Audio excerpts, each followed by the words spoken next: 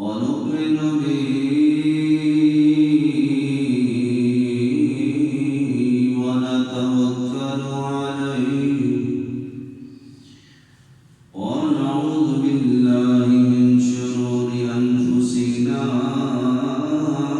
ومن سيئات أعمالنا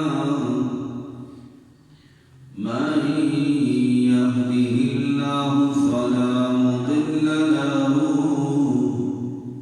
ومن يضلله فلا هادي له ونشهد أن سيدنا ومولانا محمدا عبده ورسوله أما بعد فأعوذ بالله من الشيطان الرجيم بسم الله الرحمن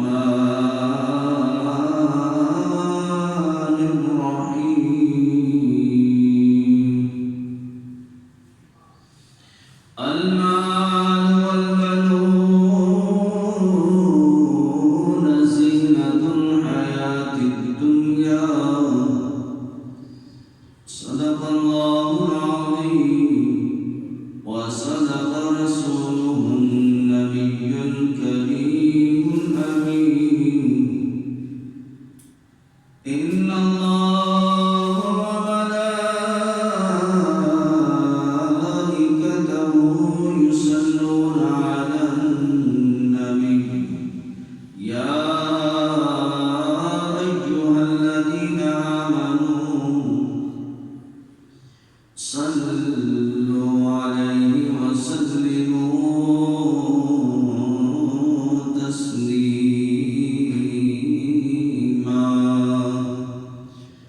درود پاک آباد بلند الصلاة والسلام عليك يا سيدي يا رسول الله وعلى آلك وأصحابك يا سيدي يا حبيب الله الصلاة والسلام عليك يا سيدي يا نبي الله وعلى آلك وأصحابك يا سيدي يا نور الله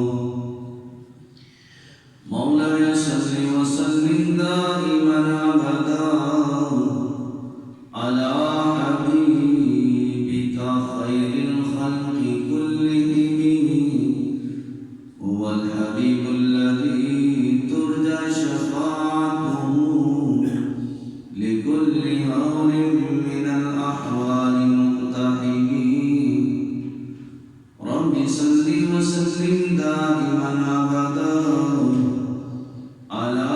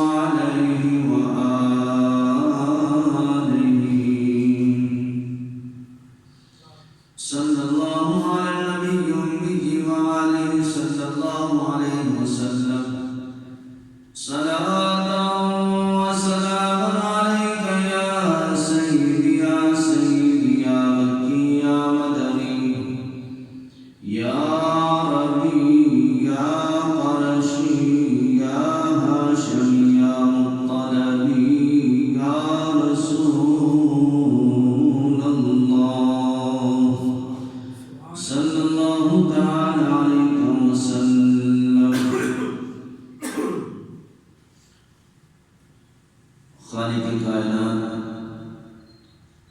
جل جلالہ و امن والہ و آدم ابرہانہ و اعظم شانہ کی حمد و ثنا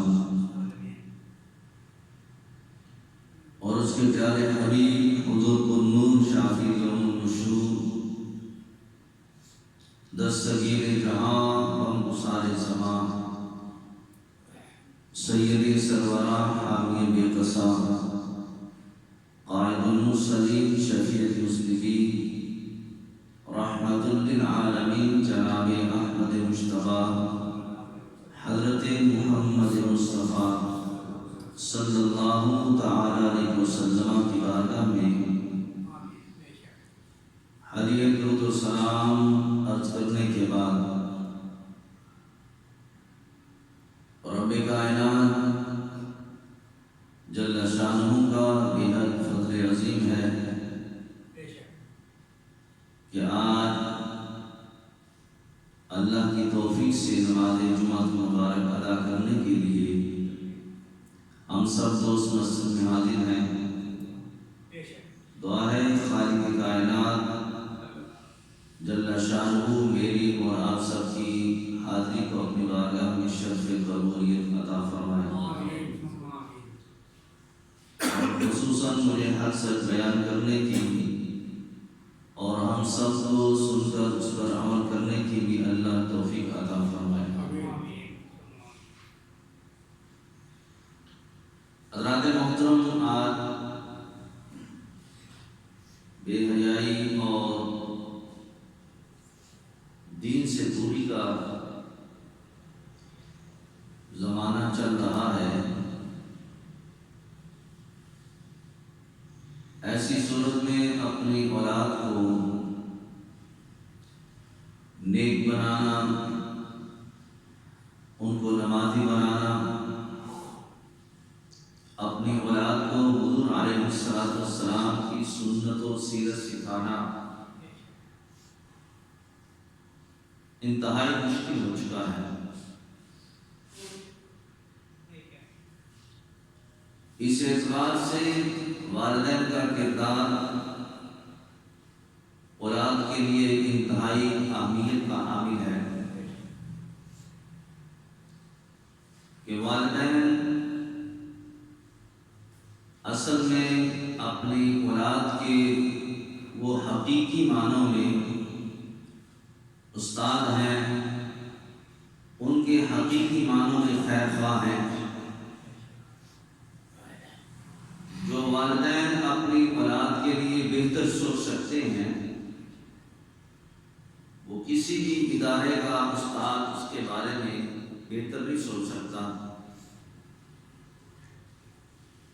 اور والدین کوشش یہی کرتے ہیں کہ ہماری اولاد نیک خصلت ہو، اس میں اچھائیاں پائی جائیں، اور ہماری اولاد میں کسی لحاظ سے کوئی برائی نہ پائی جائے۔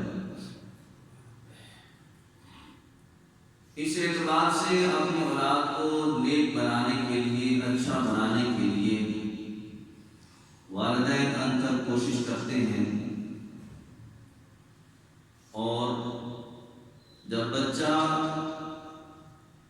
تھوڑا سمجھدار ہوتا ہے تو اس کی تعلیم و تربیت کے لیے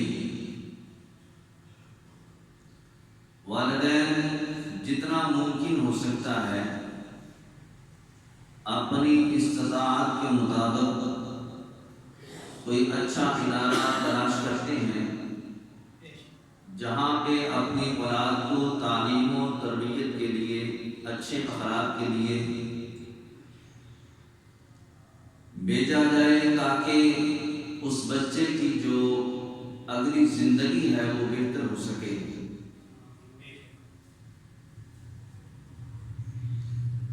اور یہ ہر بندہ مومن، ہر اس والد اور والدہ کی یہ خواہش ہے کہ ہماری اولاد بہتر سے بہتر ہو۔ اس کے لیے مسلمان ہونا یہ کوئی ضروری نہیں، آپ غیر مسلموں کو دیکھ لیں، وہ بھی اپنی اولاد کی اسی طریقے سے کوشش کرتے ہیں کہ بہتر سے بہتر ہو سکے. پڑھائی کا میدان ہو، کھیل کا میدان ہو، اخلاق کی بات ہو، کردار کی بات ہو، گفتار کی بات ہو، تعلیم و تربیت ہو، کسی بھی لحاظ سے دیکھا جائے کیا مسلمان اور کیا غیر مسلم، ہر کوئی اپنی اولاد کو بہتر سے بہتر بنانے کے لیے کوشش کرتا ہے. اللہ تعالیٰ جل شانہ کا یہ ہمارے اوپر فضل اور احسان ہے کہ اللہ نے ہمیں ایمان جیسی مقدس دولت عطا فرمائی ہے، اور ہمارا یہ عقیدہ اور نظریہ ہے کہ ہم نے اپنی اولاد کو نہ صرف دنیا کے لیے بہتر بنانا ہے بلکہ اس کی قبر کو بھی بہتر بنانا ہے، اس کی آخرت کو بھی بہتر بنانا ہے. ایک بندہ مومن جو مسلمان ہے اس کی سوچ صرف دنیا تک محدود نہیں ہوتی، اس کی سوچ قبر اور حشر پر بھی ہوتی ہے کہ کل کو جب دنیا سے پردہ فرمائیں گے پھر اس کے بعد میری اولاد کے جو قبر کے معاملات ہیں، آخرت کے معاملات ہیں، اس کے بارے میں کیا فیصلہ ہوگا. جو سمجھدار مسلمان مومن ہیں وہ اپنی اولاد کے لیے بہتر سے بہتر فیصلہ کرنے کی کوشش کرتے ہیں، لیکن ان تمام چیزوں کے لیے جو سب سے اہم چیز ہے وہ دو چیزیں ہیں کہ اگر وہ دو چیزیں ہمارے پاس صحیح معنوں میں ہیں، ہم اس پر صحیح معنوں میں عمل کرنے والے ہیں، تو ہماری اولاد نیک بن سکتی ہے اور ہماری اولاد کی آخرت بھی بہتر ہو سکتی ہے. اب وہ دو چیزیں کون سی ہیں اس کو ذرا سمجھنا ہے. سب سے پہلے نمبر پہ ماں باپ کا خود نیک ہونا، یہ سب سے اہم چیز ہے.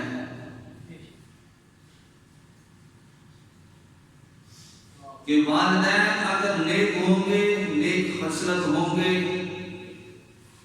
تو اللہ پاک جل شانہ والدین کی نیکی کے صلے میں اللہ ان کو اولاد بھی نیک عطا فرمائے گا، اور والدین کی جو نیکی ہے اس کی برکت سے اللہ اولاد کو نیکی کرنے کی توفیق بھی عطا فرمائے گا.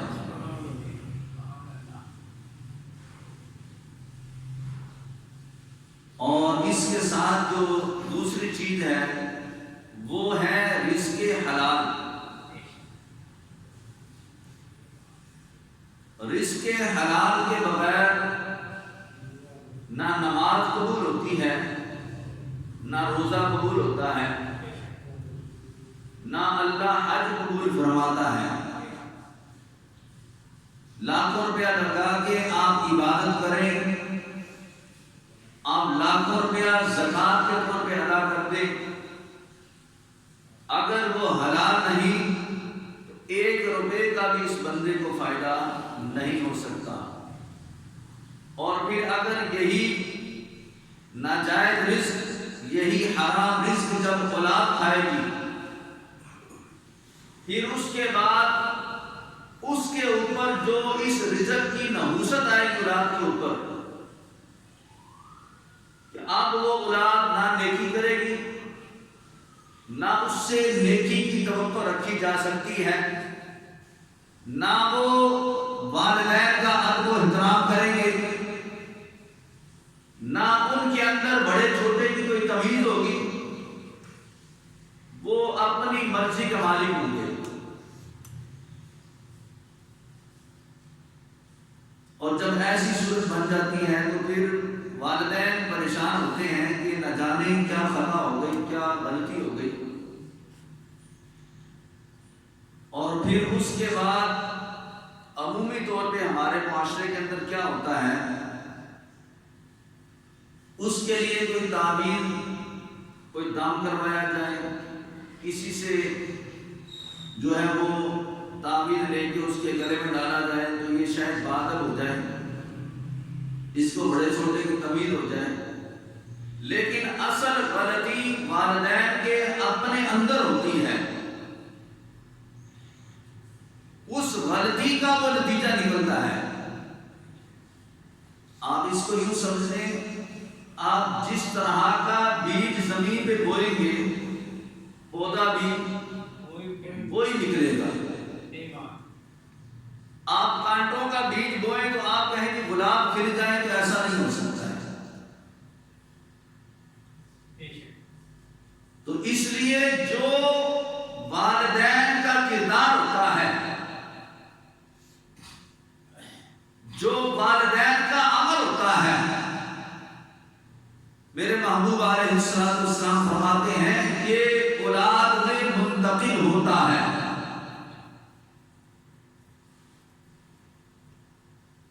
اگر والدین تہجد گزار ہیں،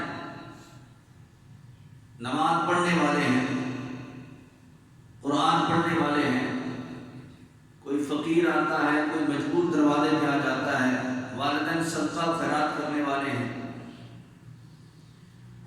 تو جب بچہ چھوٹا اپنے والدین کو یہ اعمال کرتے ہوا دیکھے گا تو ایٹومیٹکلی وہ بچہ وہی عمل کرنے کی کوشش کرے گا۔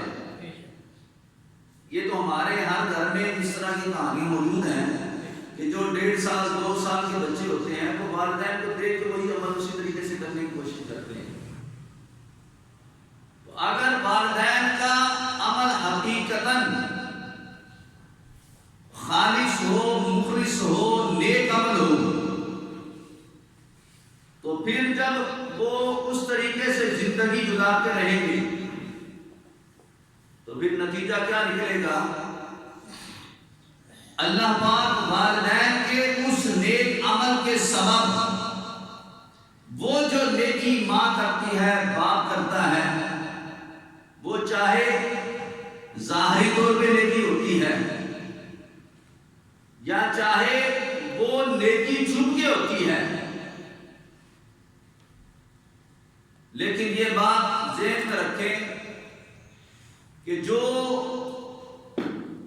اثر پھول ہوتے ہیں اس کی خوشبو آپ جتنا مرضی آپ چھپانا بھی چاہیں تو نہیں چھپا پائیں گے، اس کی مہک، اس کی خوشبو محسوس ضرور ہوگی۔ آپ جو حقیقتاً رب کی رضا کی خاطر نیکی کریں گے، وہ چاہے آپ بند کمرے میں تنہائی میں آپ کوئی نفل پڑھ رہے ہیں، قرآن کی تلاوت کر رہے ہیں، ذکر و اذکار کرتے ہیں، اس کا اثر آپ کے اس سوئے ہوئے بچے پر بھی لازمی ہوگا۔ آپ کا بچہ چاہے اسکول گیا ہے اور آپ اپنے بند کمرے میں بیٹھ کے قرآن کی تلاوت کر رہے ہیں، یہ ہو نہیں سکتا کہ آپ کے اس نیک عمل کا فائدہ آپ کی اولاد کو نہ ہو۔ اگر ایک پھول اس کو قید کر دیا جائے تو اس کی خوشبو بھی مہکتی ہے، گھر میں پتہ چل جاتا ہے کہ گھر میں کوئی خوشبودار چیز موجود ہے، چاہے نظر نہیں آ رہی، تو جو رب کو راضی کرنے کے لیے چھپ چھپ کے جب سجدے کیے جائیں گے، رب کو راضی کرنے کے لیے چھپ چھپ کے جب تلاوت قرآن کی جائے گی، تو پھر اللہ تعالیٰ اس نیکی کا اجر بھی چھپنے نہیں دے گا، اللہ اولاد کی صورت میں اس کو ظاہر فرمائے گا۔ پھر اولاد بھی سجدہ کرتی نظر آئے گی، اولاد بھی قرآن پڑھتی نظر آئے گی، اولاد بھی جو ہے وہ نیک اعمال کرتے ہوئے نظر آئے گی۔ یہ والدین کے نیک عمل کی برکت ہوتی ہے کہ اللہ پاک جل شانہ پھر اس بندے کی اولاد کے اندر اس نیکی کو ظاہر کرتا ہے۔ آپ دیکھ لیں معاشرے کے اندر جو لوگ گناہوں والی زندگی گزارتے ہیں اور ان کے گناہوں کا وبال جب ان کی اولاد پہ پڑتا ہے تو نتیجہ کیا نکلتا ہے؟ لوگ تانے مارتے ہیں اولاد کو۔ اب میں الفاظ یہاں پہ کہنا نہیں چاہتا، بڑے بڑے غلیظ قسم کے الفاظ استعمال کر کے اولاد کو مخاطب کیا جاتا ہے اور گالی جاتی ہے ماں کو، گالی جاتی ہے باپ کو۔ اس کی وجہ کیا ہے؟ ماں باپ کا اگر اپنا کردار صاف شفاف ہوتا، ان کے کردار میں سنت مصطفیٰ کی خوشبو اگر آتی، اطاعت مصطفیٰ کی خوشبو اگر ان کے عمل میں نظر آتی، تو پھر یقیناً دیکھنے والوں نے یہی کہنا تھا، یار لگتا ہے کسی اچھے نیک ماں باپ کا یہ بیٹا ہے۔ ورنہ لوگ بڑی باتیں کرتے ہیں، ذرا سی مسٹیک ہو جائے باہر جاتے ہوئے لوگ 4 باتیں سنا دیتے ہیں۔ اس کی وجہ کیا ہوتی ہے؟ بچے کا کردار تھوڑا ہے، بچے کا عمل چھوٹا ہے، لیکن اس کے پیچھے جو حقیقت حال ہے وہ بہت بڑی خطرناک ہے۔ اس واسطے اپنی اولاد کو نیک خصلت بنانے کے لیے جو سب سے اہم چیز ہے وہ والدین کا ذاتی کردار ہے۔ اور ہمارے علماء نے تو یہاں تک لکھا ہے کہ جب شادی ہونے لگے، رشتہ تلاش کرنے لگو، تو اس میں سب سے جو مین چیز ہے، جہاں آپ اپنے بیٹے کا رشتہ کر رہے ہو یا بیٹی کا رشتہ کر رہے ہو، تو فرمایا اولاد کے حقوق میں سے سب سے پہلے نمبر پہ جو حق وہ یہ ہے باپ کے اوپر، کہ باپ اپنی اولاد کے لیے جو ماں منتخب کرے وہ نیک اور پارسا عورت کو منتخب کرے۔ اگر بیوی نیک ہوگی، نیک خصلت ہوگی، تو پھر نتیجہ کیا نکلے گا؟ پھر اللہ پاک ان کے بطن سے نیک اولاد ہی پیدا فرمائے گا۔ اور پھر اس کے بعد دیکھو، جب چونکہ اولاد ماں ہی نیک ہے، باپ ہی نیک ہے، تو یقینی بات ہے جب ماں نماز پڑھے گی تو اولاد کو بھی نماز پڑھنے کا کہے گی۔ ایسا تو ہو نہیں سکتا کہ ماں جناب علی اپنا موبائل پکڑا دے بیٹے کو یا بیٹی کو اور خود مصلی میں جا کے کھڑی ہو جائے، ایسا تو نہیں ہوگا نا۔ جب ماں نیک ہوگی، باپ نیک ہوگا، نماز کا وقت ہو گیا، قرآن پڑھنے لگے ہیں یا کسی فقیر کو صدقہ خیرات کرنا ہے، تو وہ اولاد کو ہر عمل میں اپنے ساتھ ساتھ رکھیں گے۔ ماں نے گھر میں مصلی بچھا دیا تو بیٹے کو بھی ساتھ کھڑا کر لیا، بیٹی کو بھی ساتھ کھڑا کر لیا۔ اللہ توفیق دے ایسا ماحول ہمارے دور میں اللہ کرے بن جائے۔ باہر فقیر آتا ہے تو ماں کہتی ہے بیٹا یہ 10 روپے لے لو، 5 روپے لے لو، جو فقیر کو دے دو۔ تو یہ کیا ہے؟ تعلیم و تربیت ہے۔ بچے کو پتا چلے کہ جب بچہ بڑا ہو تو اس کو پتا ہو کہ اگر کوئی فقیر کوئی تنگ دست کوئی آ جاتا ہے تو مجبور دروازے پہ آ جاتا ہے، تو اس کو دینا، اس کو صدقہ خیرات کرنا، یہ تو بہت بڑی نیکی ہے کہ یہ میرے ماں باپ بھی یہ عمل کرتے رہے۔ تو گویا کہ شادی سے پہلے اولاد کا باپ پر یہ حق ہے کہ وہ اس کے لیے ماں وہ منتخب کرے جو نیک اور پارسا ہو۔ آج ہم بھی دیکھیں، ہم بھی رشتے کرتے ہیں اور اپنی بیٹی یا اپنے بیٹے کے لیے جب ہم رشتہ تلاش کرتے ہیں تو ہم کن خوبیوں کو دیکھتے ہیں، کن چیزوں کا انتخاب کرتے ہیں۔ ہمارے معاشرے کے اندر سب سے مین چیز جو دیکھی جاتی ہے وہ دولت دیکھی جاتی ہے۔ بچہ کماتا کیا ہے؟ حلال حرام والی بات وہ بات کا مسئلہ ہے۔ ہم نے یہ دیکھنا ہے بچہ جاب کیا کرتا ہے یا کاروبار کیا کرتا ہے، بس پیسہ کتنا کماتا ہے یہ بتائے۔ مہینے کا لاکھ، 1.5 لاکھ، 2 لاکھ، 2.5 لاکھ، 50,000، یا وہ بیچارہ محنت مزدوری کر کے 20-25 ہزار کماتا ہے، کیا کماتا ہے؟ تو ہمارے معاشرے کے اندر المیہ یہ ہے کہ ہم دولت کو ترجیح دیتے ہیں یا پھر حسن کو ترجیح دیتے ہیں. ہمارے نبی علیہ السلام نے نہ دولت کو ترجیح دی، نہ حسن کو ترجیح دی، نہ برادری کو، نہ پیشے کو ترجیح دی. میرے اور آپ کے آقا و مولا حضرت محمد مصطفیٰ صلی اللہ تعالیٰ علیہ وسلم نے سب سے پہلے نمبر پہ جس بات کو ترجیح دی ہے، فرمایا تم اس کا دین دیکھا کرو. کیا نماز پڑھنے والی ہے؟ کیا قرآن پڑھنے والی ہے؟ اگر بچے کو دیکھنے ہیں تو دیکھو کیا بچہ نماز پڑھنے والا ہے، کیا قرآن پڑھنے والا ہے. مجھے یاد پڑتا ہے کچھ عرصہ پہلے کی بات ہے، میں اپنی بانجی کا رشتہ دیکھنے کے لیے ایک جگہ پہ گیا.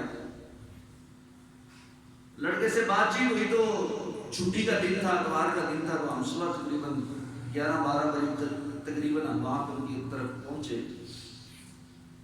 تو لڑکا ابھی سو کے اٹھا تھا. میں نے اپنے حساب سے میں نے بات کی، میں نے کہا صبح تو نماز اتنے بجے ہوتی ہے تو آپ سو کے اٹھے. تو اس نے بڑا ہنس کے، بڑا مسکرا کے، یعنی کہ اس کی نظر میں کوئی اہمیت نہیں. لو جی صبح 5 بجے کون اٹھے؟ تو پاگل ہے بندہ صبح 5 بجے اٹھے. آپ اندازہ کریں، یعنی کہ ان کی نظر میں جو علماء کرام، جو نمازی حضرات، جو ہمارے بزرگ جو صبح فجر کی نماز پڑھنے کے لیے آتے ہیں، ایسے لوگوں کی نظر میں وہ پاگل ہیں. صبح کو بندہ اٹھ جائے 5 بجے اٹھ کے بندہ بیٹھ جائے، یہ کوئی بات ہے؟ اگر ماں باپ نے ہی تربیت اچھی کی ہو، ماں باپ نے ہی ان کو بتایا بیٹا صبح فجر کی نماز اتنے پہ پڑھی جاتی ہے، ماں باپ نے اگر ان کی تعلیم تربیت اچھے طریقے سے کی ہو، بتایا بیٹا صبح قرآن پڑھے، اللہ کے فرشتے نازل ہوتے ہیں، صبح کی نماز میں اللہ کے فرشتے نازل ہوتے ہیں. وَنَزِّلُ مِنَ الْقُرْآنِ مَا هُوَ شِفَاءٌ وَرَحْمَةٌ لِّلْمُؤْمِنِينَ. یہ قرآن پڑھو، اللہ قرآن میں شفا عطا فرماتا ہے. بیٹا صبح اٹھ کے جب یاسین پڑھ کے دن کا آغاز کرو گے، اللہ سارا دن پرسکون گزارے گا. جب اللہ کو یاد کر کے سجدہ کر کے اگلا دن گزارو گے، اللہ سارا دن جو ہے اس میں رحمتیں برکتیں تمہارے لیے رکھے گا. لیکن اگر ماں بھی سوئی ہے، باپ بھی سویا ہے، تو اولاد سے بھی کیا امید رکھیں گے؟ پھر یہی ہوگا نا، جب بچہ تھوڑا سا سمجھدار ہوگا تو وہ شرط یہی رکھے گا، پاپا فرسٹ آؤں گا تو میں نے موبائل لینا ہے، میں نے فلاں کمپنی کا میں نے موبائل لینا. ایک وقت تھا کہ بچے پڑھتے تھے تو ماں باپ کہتے تھے بیٹا اگر تو پڑھ گیا تو تجھے عمرہ کروائیں گے. اب میری نظر میں ایسے کئی ہیں. میرے ساتھ ایک دوست پڑھتا تھا تو اس کے والد صاحب نے اس کے ساتھ شرط یہ رکھی تھی، بیٹا اگر تو حفظ قرآن کر لے تو میں تجھے عمرہ کرواؤں گا. ایسے والدین بھی ہوتے ہیں. بات کرنے کا مقصد یہ ہے کہ والدین کا کردار اولاد کے لیے سب سے اہمیت کا حامل ہے. اور دوسرے نمبر پر فرمایا والدین کا جو رزق ہے، یہ جو رزق حلال ہے، یہ اولاد کے لیے سب اس سے بھی زیادہ بڑھ کے اہمیت کا حامل ہے. یہ دو چیزیں ہیں، والدین کا نیک ہونا اور رزق کا پاک ہونا. اگر یہ دونوں چیزیں پاک ہو جائیں، ماں باپ کا کردار پاکیزہ ہو جائے اور ہمارا رزق اگر پاکیزہ ہو جائے، اللہ کی عزت کی قسم ہے ہر گھر میں اللہ تعالیٰ اپنے ولی پیدا فرمائے، ولیوں کا معاشرہ بن جائے. پھر ہمیں ولی تلاش کرنے کے لیے سوچنا نہیں پڑے گا، شہر با شہر، گاؤں با گاؤں، علاقہ با علاقہ چھاننا نہیں پڑے گا کہ ہمیں پتہ چلے کہاں کے اللہ کا ولی رہتا ہے. اگر گھر کے والدین ہی ولیوں والا کردار اپنا لے تو اولاد کے لیے یہی داتا صاحب ہے، اولاد کے لیے یہی خواجہ صاحب ہے، اولاد کے لیے یہی غوث الاعظم ہے. ان کو بھی کسی اور در پہ جانے کی حاجت نہیں، اس لیے کہ جو ہم نے کردار ولیوں کا دیکھنا ہے، جو سبق ہم نے ولیوں سے جا کے پڑھنا ہے، اگر وہی سبق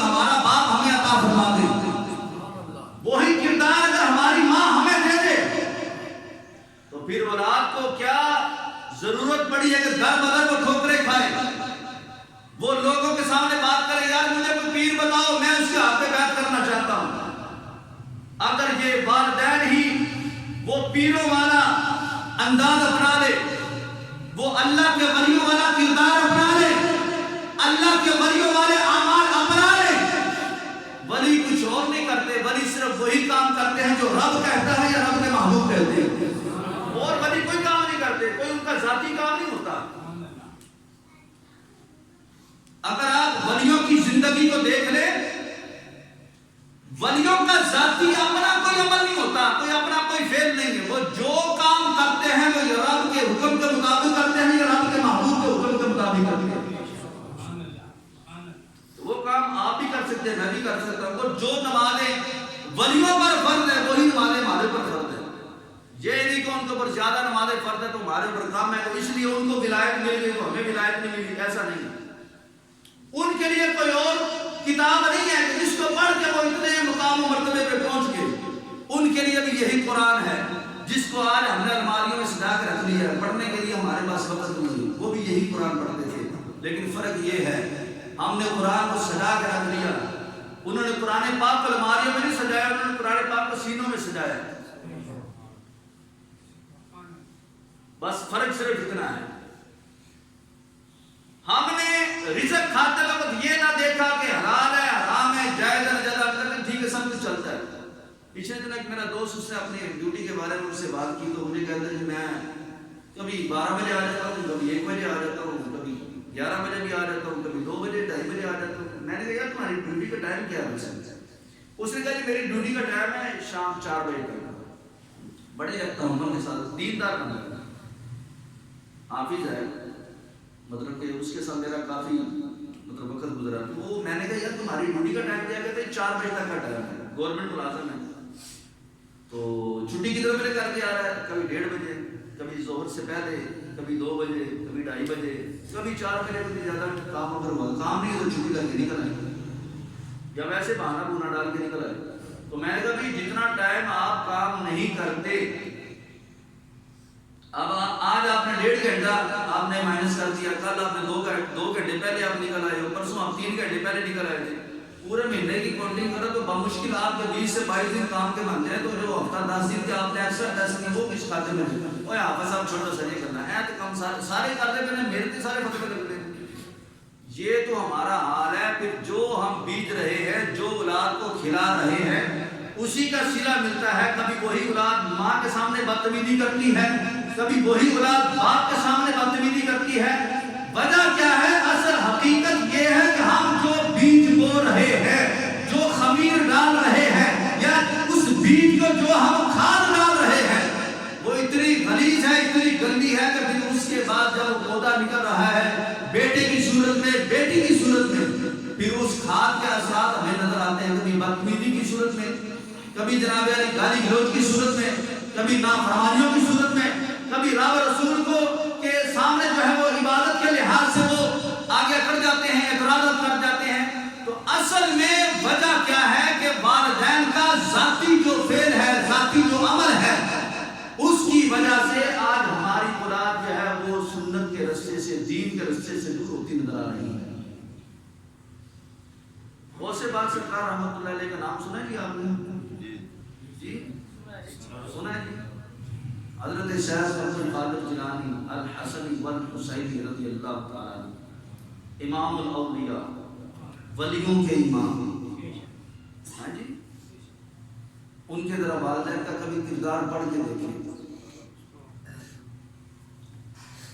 باپ نے ایک شیر، وہ دریا میں چلتا آ رہا تھا، دریا کے کنارے بیٹھے ہوئے تھے، اللہ اللہ کر رہے تھے، بھوک کا غلبہ تھا، سیب دریا میں چلتا ہے، یوں سمجھ لیں نہر میں بیٹھے تھے، اس نہر کے کنارے بیٹھے بیٹھے تسبیح کرتے کرتے ایک پھل آ رہا ہے، اس کو پکڑا، آدھا کھایا، دل میں خیال آیا یار پتہ نہیں کس کا تھا، میں نے بغیر پوچھے کھا لیا۔ ہمیں کئی چیزیں ایسی بازار میں جاتے ہوئے مل جاتی ہیں تو سڑک پہ جاتے ہوئے مل جاتی ہیں، ہم توجہ نہیں کرتے ہم لوگ، بلکہ بازار میں کوئی چیز خریدنے کے لیے جائے تو فوراً کوئی نہ کوئی چیز ایسی بس اٹھا کے منہ میں ڈال لیتے ہیں، بالکل توجہ نہیں کرتے۔ تو آپ نے وہ آدھا سیب کھایا، آپ نے واقعہ سارا سنا ہوگا، پھر کیا ہوا تھا؟ پھر واپس پلٹے، جس طرف سے سیب آ رہا تھا اسی طرف گئے، جاتے جاتے جاتے کافی سفر کرنے کے بعد دیکھا کہ ایک باغ ہے جس کی ٹہنیاں اس دریا میں اس نہر میں وہ لگ رہی ہیں، وہ اس کی طرف جھکی ہوئی ہیں، تو سمجھ گئے کہ یہ پھل جو ہے نا اسی باغ کا ٹوٹا ہوا ہے۔ اس کو مالک کو تلاش کیا، مالک اللہ والے تھے، حضرت عبداللہ سنائی رحمۃ اللہ تعالی علیہ، تو وہ نظر والے تھے، کہا لوگ اتنا اتنا کھا کے پوچھتے نہیں ہیں، مکر جاتے ہیں، یہ بندہ کوئی عام نہیں ہے، تو خاص اللہ کا بندہ ہے جو ایک سیب وہ بھی دریا میں چلتا آ رہا ہے اور آدھا کھایا آدھا ہاتھ میں پکڑا ہوا ہے، اور معافی مانگنے کی آ کہ حضرت معاف کر دے، میں نے آپ کی اجازت کے بغیر کھا لیا۔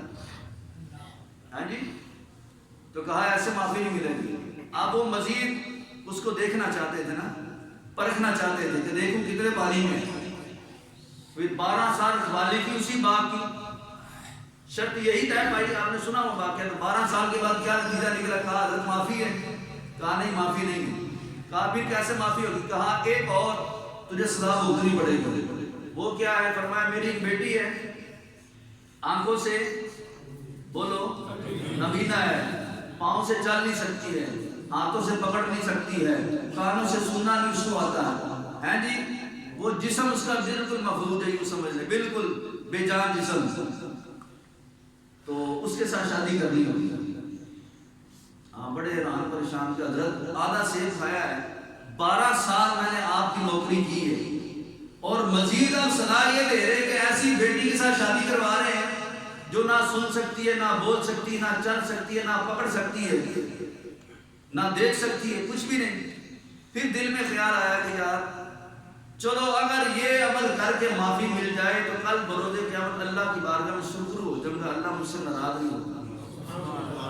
دیکھو اس عمل کے پیچھے مقصد کیا ہے کہ میرا رب مجھ سے ناراض نہ ہو، میرا رب راضی ہو۔ کہا ٹھیک ہے، مجھے قبول ہے، رشتہ ہو گیا، نکاح ہو گیا، کمرے میں گئے تو کیا ہوگا؟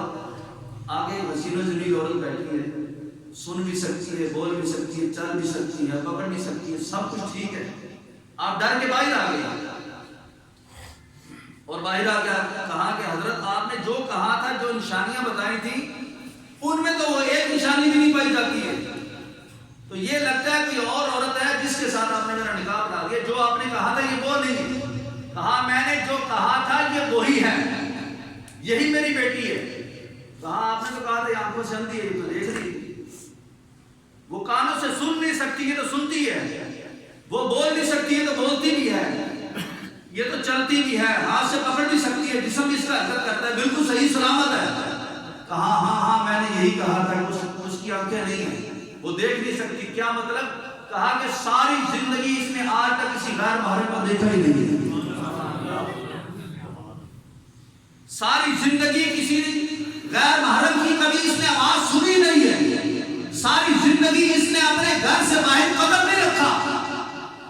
تو میں نے اس حوالے سے کہا تھا کہ اس نے کبھی کسی غیر محرم سے نہ بات کی، نہ دیکھا، نہ کبھی گھر سے باہر گئی، نہ کسی غیر محرم کی آواز کو سنا ہے، تو میری بیٹی کو رب نے یہ پاکیزہ عطا فرمائے ہیں۔ اس وجہ سے میں نے کہا تھا وہ جو گندگیاں ہیں وہ میری بیٹی کے قریب نہیں آئی۔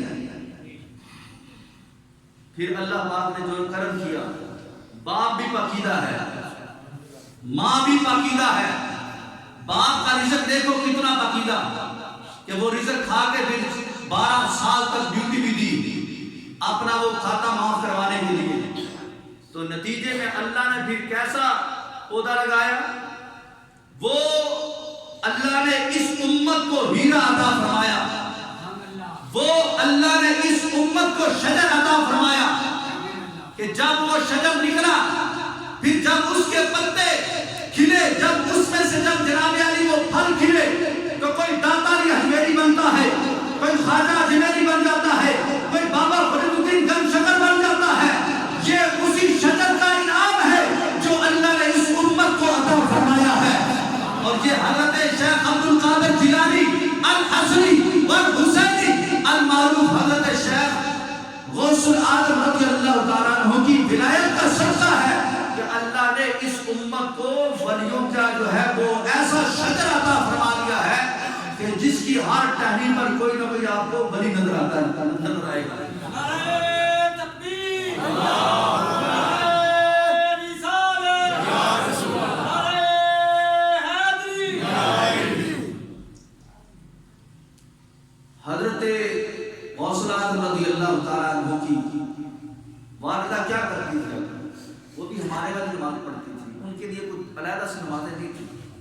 وہی اللہ کی قسم ہے وہ بھی فجر کی نماز ہماری طرح پڑھتے ہیں، وہ بھی ظہر کی نماز ظہر کے ٹائم پہ پڑھتے ہیں، عصر کی نماز عصر کے ٹائم پہ، مغرب کے ٹائم پہ، عشاء کے ٹائم پہ، بس جو رب نے رات کو توفیق دی عبادت کر لی۔ اسے پاک کا بھی اسی طرح کام ہوتا، اور کیا تھا، بس کچھ خصوصیات ہوتی ہیں جب بندے کو جناب علی اوور ٹائم لگانے کا موقع مل جائے تو وہ بندہ کہتا ہے چلو یار اوور ٹائم کا زیادہ فائدہ ہوتا ہے، ایسے ہوتا ہے نا۔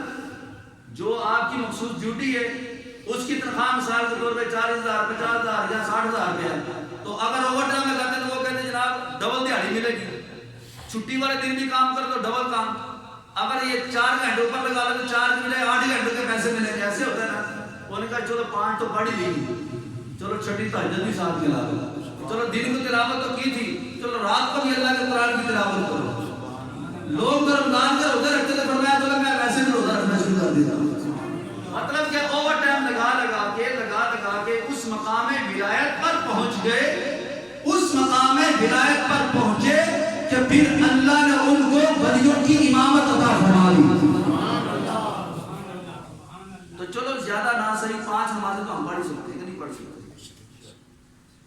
اگر ہم 5 پڑھیں تو امید ہے چلو ہماری بات بھی 5 پڑھنے والی بن جائے گی۔ کیا کہیں کہ صرف ہم نے ولیوں کا ذکر سن کے خوش ہونا ہے اور نفل کھانا اور بس بات ختم، بس وہ تو بس اللہ کے ولی تھے، ہم تو ان کا مقابلہ نہیں کرتے، وہ تو بڑے نیک، او بھائی نیک تھے تو وہ نمازیں پڑھ کے نیک بنے ہیں، وہ ولی تھے لیکن ولی تو وہ جناب علی قرآن پڑھ کے ولی بنے ہیں نا۔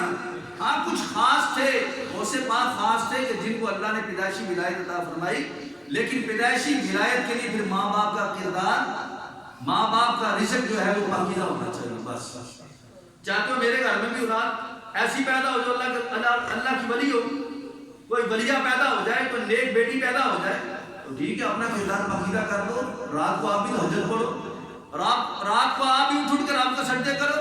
ہماری راتیں تو آج کل موبائل پہ گزرتی ہیں، ہمارے راتیں تو آج کل جناب علی نیٹ پہ، فیس بک پہ، واٹس ایپ پہ اور بہودہ کاموں میں گزرتی ہیں، تو پھر ہم کہیں کہ جناب علی ہمارے گھر میں بھی کوئی ایسا پھول کھل جائے، تو ایسا پھر ممکن نہیں ہے۔ اس لیے اپنے باپ کو وہ اس طریقے سے تر و تازہ کرو، ایسا اس کو ایسی کھاد اپنے باپ کو ڈالو کہ جس کھاد کے بعد جو ہے وہ کہیں چلو داتا رہبری نہ صحیح ان کا کوئی خادم تو پیدا ہو جائے، چلو غوث پاک نہ صحیح ان کا کوئی خادم تو پیدا ہو جائے، کوئی جناب علی فرید الدین گن شکر نہ صحیح ان کے ماننے والا، ان کے ساتھ محبت کرنے والا تو پیدا ہو جائے۔ لیکن افسوس اس بات پہ ہے کہ ہمارا اپنا کردار ایسا پاکیزہ نہیں ہے، اور میں تو یہ بات کئی مرتبہ کہہ چکا ہوں کہ ہم نے اپنی اولاد کو جو بنانا ہے یا جو بنانا چاہتے ہیں ویسا باپ بن جائے، ویسی ماں بن جائے تو اللہ تعالیٰ ویسی ہی اولاد آپ کو عطا فرما دے۔ ولی بنانا مشکل کام نہیں ہے، یہ والدین کے اختیار میں ہے۔ اللہ کے دربار میں کبھی نہیں کہ جناب میں نے اتنے ولی دے دی تو مزید نہیں دوں گا، ایسا نہیں ہے۔ اس کے دربار میں کسی چیز کی کمی نہیں ہے۔ اللہ جس کو پسند فرماتا ہے اس کو اپنی ولایت عطا فرما دیتا ہے، لیکن ہم اپنی اولاد کو پسندیدہ کام کرنے والے بنائے تو صحیح، اس کے لیے اپنا کردار بھی پاکیزہ بنائیں۔ اگر آپ مثال کے طور پہ نماز جمعہ کے لیے 12:30 مسجد میں آ جائے، آپ جناب علی عصر کی نماز اور اذان ہوتے ہی کیا اذان کے ٹائم پہ آپ مسجد میں پہنچے ہوں، 1 دن 2 دن 4 دن ہفتے بعد پھر جمعے کے لیے آپ جناب علی پہلے وقت پہ آ جائے، جب مہینہ 2 مہینے 6 مہینے سال آپ یہ کام کر لیں، میں آپ کو ڈبل ڈیوٹی نہیں کہہ رہا، اوور ٹائم نہیں کہہ رہا، صرف جو کام آپ کو رب رسول نے فرض کیا ہے اگر وہی کام ہم اپنا پابندی کے ساتھ کریں، 1-2 مہینے کر کے دیکھ لیں، اگر آپ کے گھر کا نقشہ نہ بدل جائے مجھے پکڑ لینا۔ ہم خود نقشہ بدلنا نہیں چاہتے، ہم کہتے ہیں ہمارے گھر کا نقشہ ہندوستان جیسا اچھا ہے، میری بات سمجھ رہی ہیں؟ ہمارے گھر کا نقشہ یہودیوں جیسا اچھا ہے، یہ اچھے لگتے ہیں بچے ہمارے، ہمارے گھر کا نقشہ عیسائیوں جیسا اچھا ہے، اور پھر کاہے کو آج روتے ہو کہ عیسائی یہودی مسلمانوں پہ ظلم کر رہے ہیں، فلسطین پہ زیادتیاں ہو رہی ہیں، کیوں کر رہے ہو؟ یہ پریشانی کس وجہ سے ہے؟ کیوں کہہ رہے ہو جہاد کرو؟ کوئی اپنے آپ کے ساتھ تو کہہ رہے جہاد کرو، اپنا من تو مانتا نہیں ہے، تو دوسروں کے لیے کہتے ہیں جناب جہاد کرو، فرض ہو گیا جہاد، بھائی آپ کے اوپر تو ہم آپ جہاد فرض ہے، بھائی اپنے نفس کے خلاف جہاد کرنا، یہ تلواریں چلانے، یہ بندوقیں چلانے، یہ جناب علی گولیاں چلانے سے خواہشات کے خلاف جہاد کرنا. اگر یقین نہیں آتا میں ابھی آپ کو بتا دیتا ہوں.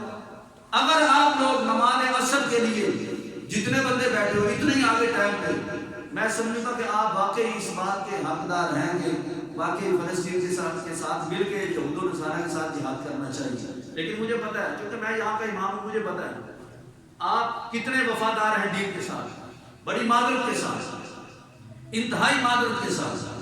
آج ہم چار باتیں سن کے باہر جا کے مذاق بھی اڑاتے ہیں، ہنسی بھی کرتے ہیں، اور اس کے بعد پھر جہاں کھڑے ہوتے ہیں وہیں کے وہیں نہیں.